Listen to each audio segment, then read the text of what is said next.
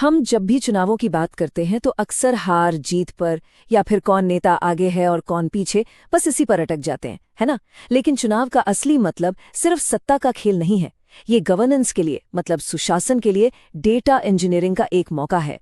चलिए आज उत्तर प्रदेश के टुंडला की केस स्टडी से समझते हैं कि कैसे चुनावी आंकड़े सिर्फ नतीजों का ऐलान नहीं करते, बल्कि एक बेहतर कल का रास्ता भी दिखाते हैं। ये किसी एक व्यक्ति या पार्टी का विश्लेषण नहीं है, ये उस सिस्टम को समझने की एक कोशिश है जिसमें आम लोग अपनी उम्मीदें लगाकर बैठे हैं। ये टुंडला की जमीन है। फिरोजाबाद के मशहूर कांच उद्योग की चमक यहाँ तक आते आते थोड़ी धुंधली पड़ जाती है।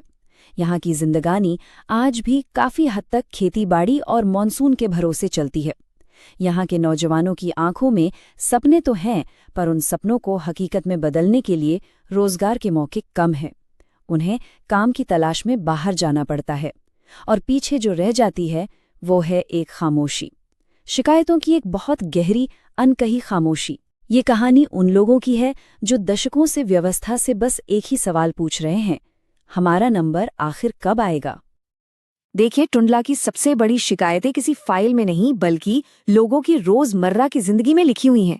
पीने के साफ पानी की इतनी किल्लत है कि आज भी महिलाओं को घंटों लगाकर असुरक्षित जगहों से पानी लाना पड़ता है। सड़कें और नालियां वो तो हर बरसात में जवाब दे जाती हैं।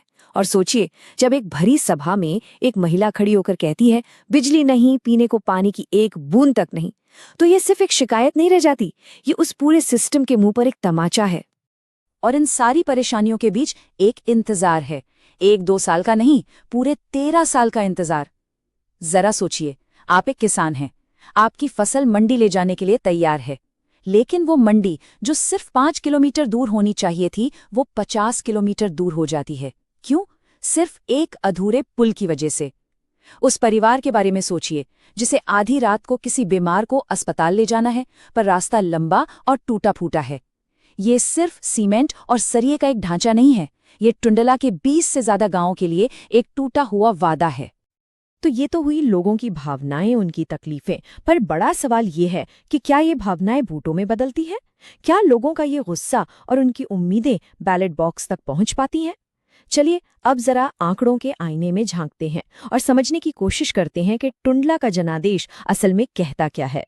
जब हमने इन आंकड़ों को गहराई से खंगाला ना, तो 3 बहुत साफ इशारे मिले।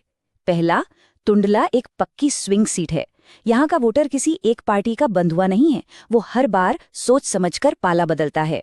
दूसरा, यहाँ का वोटर जातीय समीकरणों में काफी बटा हुआ है। और तीसरा, और शायद सबसे जरूरी इशारा, यहाँ का जनादेश पूरी तरह से लोकल है। यहाँ पुल, पानी और सड़क जैसे मुद्दे किसी भी राष्ट्रीय मुद्दे पर हमेशा भारी पड़ते हैं। अच्छा, अब जरा 2022 के नतीजों पर एक नजर डालिए। कुल वोटर करीब 3.25 लाख, जिनमें से लगभग 2/3 ने वोट डाला। बीजेपी को करीब 50% वोट मिले, समाजवादी पार्टी 30% और बीएसपी 16% पर सिमट गई। पहली नजर में तो ये एक तरफा जीत लगती है, सही कहा ना?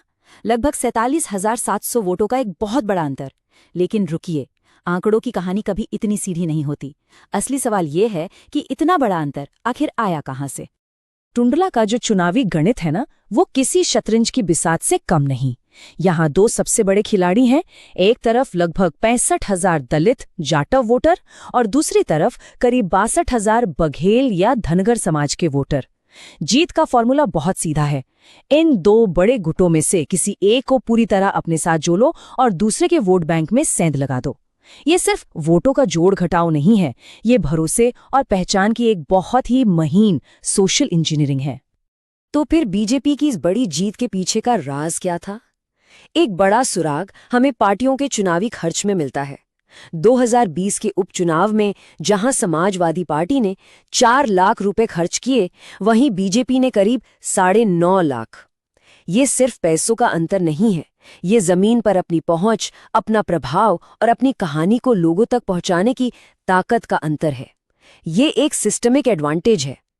देखिए, एक स्वस्थ लोकतंत्र के लिए बहुत जरूरी है कि हर किसी को अपनी बात रखने का बराबर मौका मिले।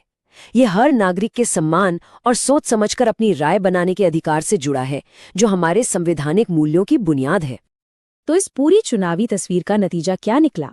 नतीजा ये हुआ कि दलित वोट, जो पारंपरिक तौर पर विपक्ष की एक बड़ी ताकत माना जाता था, वो सपा और बसपा के बीच बट गया। और इस बिखरे हुए विपक्ष के सामने सत्ताधारी पार्टी ने विकास और सुरक्षा जैसे अपने राष्ट्रीय नैरेटिव को इतनी मजबूती से रखा कि वो 13 साल पुराना अधूरा पुल और सूखे नल जैसे स्थानीय मुद्दे बहस में कहीं पीछे छूट गए। शहर के वोटर ने राष्ट्रीय मुद्दों पर वोट दिया और यमुना किनारे बसे गांव एक बार फिर खुद को ठगा हुआ महसूस करने लगे। तो सवाल ये उठता है कि क्या टुंडला हमेशा से ऐसा ही था? क्या यहाँ हमेशा किसी एक ही पार्टी का दबदबा रहा है, या फिर यहाँ की हवा का रुख बदलता रहता है? जवाब जानने के लिए हमें थोड़ा पीछे इतिहास के पन्नों में जाना होगा। इस टाइमलाइन को जरा ध्यान से देखिए। ये किसी एक रंग में रंगी हुई नहीं है। पहले समाजवादी पार्टी, फिर बहुजन समाज पार्टी और अब भारतीय जनता पार्टी। ये तस्वीर साफ साफ बताती है कि टुंडला का वोटर किसी का गुलाम नहीं है। वो हर पार्टी को मौका देता है और काम ना करने पर वो मौका छीन भी लेता है। एक और बात गौर करने वाली है, 2012 के बाद से यहाँ वोटिंग परसेंटेज में भी लगातार उछाल आया है, जो ये दिखाता है कि यहाँ का वोटर अब पहले से ज्यादा जागरूक है और सिस्टम में अपनी हिस्सेदारी चाहता है। 2022 में बीजेपी की बड़ी जीत के बावजूद इन आंकड़ों में एक और कहानी छिपी हुई है, और वो कहानी है समाजवादी पार्टी की वापसी की।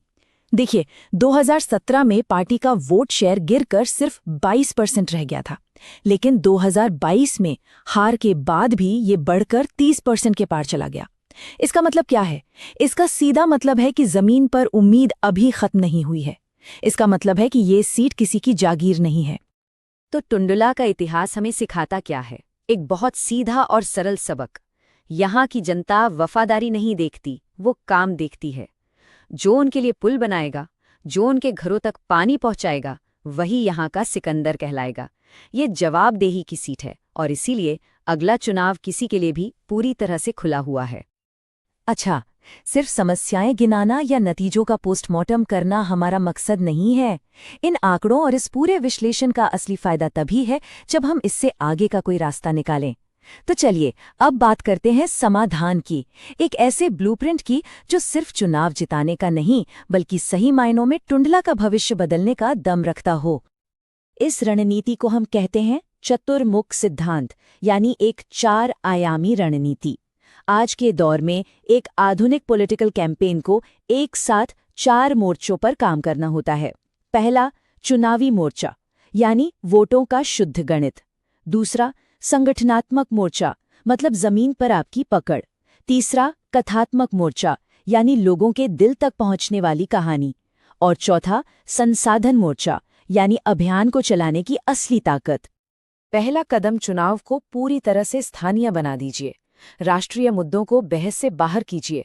हर चर्चा, हर भाषण को घुमा फिराकर वापस उसी अधूरे पुल, सूखे नलों और टूटी सड़कों पर ले आइए। बघेल समाज के गांव में जाकर पूछिए, आपके पुल का क्या हुआ? जाटव बस्ती में जाकर सामाजिक न्याय और भागीदारी की बात कीजिए। हर वोटर को ये महसूस होना चाहिए कि ये चुनाव दिल्ली के लिए नहीं बल्कि उनकी अपनी गली और उनके बच्चों के भविष्य के लिए हो रहा है। याद रखिए, राजनीति हवा में नहीं, जमीन पर लड़ी और जीती जाती है। और जमीन का मतलब है बूथ। हर एक बूथ पर कम से कम 10 भरोसेमंद लोगों की एक टीम तैयार करनी होगी जो पार्टी की आंख और कान बने। वो सिर्फ नेता ना हो बल्कि अपने मोहल्ले के सेवक हों, जो सिर्फ वोटिंग वाले दिन एक्टिव ना हो बल्कि साल के 365 दिन लोगों के सुख दुख में उनके साथ खड़े हों। एक मजबूत संगठन ही एक बड़ी जीत की नींव होता है। और फिर आती है सबसे जरूरी चीज, एक कहानी, एक ऐसा नैरेटिव जो लोगों को लगे कि ये उनकी अपनी कहानी है। उस कहानी का नाम हो सकता है उपेक्षा से पोषण तक। एक तरफ हम 13 साल से अधूरे पड़े पुल की तस्वीर दिखाएंगे और ठीक उसके सामने एक नए बनते हुए पुल का सपना रखेंगे। एक तरफ पानी के लिए संघर्ष करती महिलाओं की तस्वीर होगी तो दूसरी तरफ हर घर नल से जल का एक ठोस वादा। ये सिर्फ एक चुनावी कहानी नहीं होगी, ये एक उम्मीद होगी। और आखिर में इस पूरी जंग को लड़ने के लिए चाहिए संसाधन। आज के जमाने में ये संसाधन है पैसा, डेटा और डिजिटल पहुंच, लेकिन इनका इस्तेमाल बहुत जिम्मेदारी से होना चाहिए। जब भी हम किसी वोटर की जानकारी का इस्तेमाल करते हैं तो उनकी प्राइवेसी और सहमति का सम्मान करना हमारी पहली और सबसे बड़ी जिम्मेदारी है, जैसा कि भारत का डीपीडीपी फ्रेमवर्क भी हमें सिखाता है। हर मोहल्ले का एक व्हाट्सएप ग्रुप, फेसबुक पर सही लोगों तक सही संदेश पहुंचाना और डेटा का सही विश्लेषण, यही चीजें हैं जो रणनीति को कागज से उतारकर जमीन पर हकीकत बनाती हैं। तो ये है वो पूरा ब्लूप्रिंट, चुनावी गणित, जमीनी संगठन, एक दमदार कहानी और उसे चलाने के लिए जरूरी संसाधन। लेकिन ये सब तो कागज पर एक योजना है।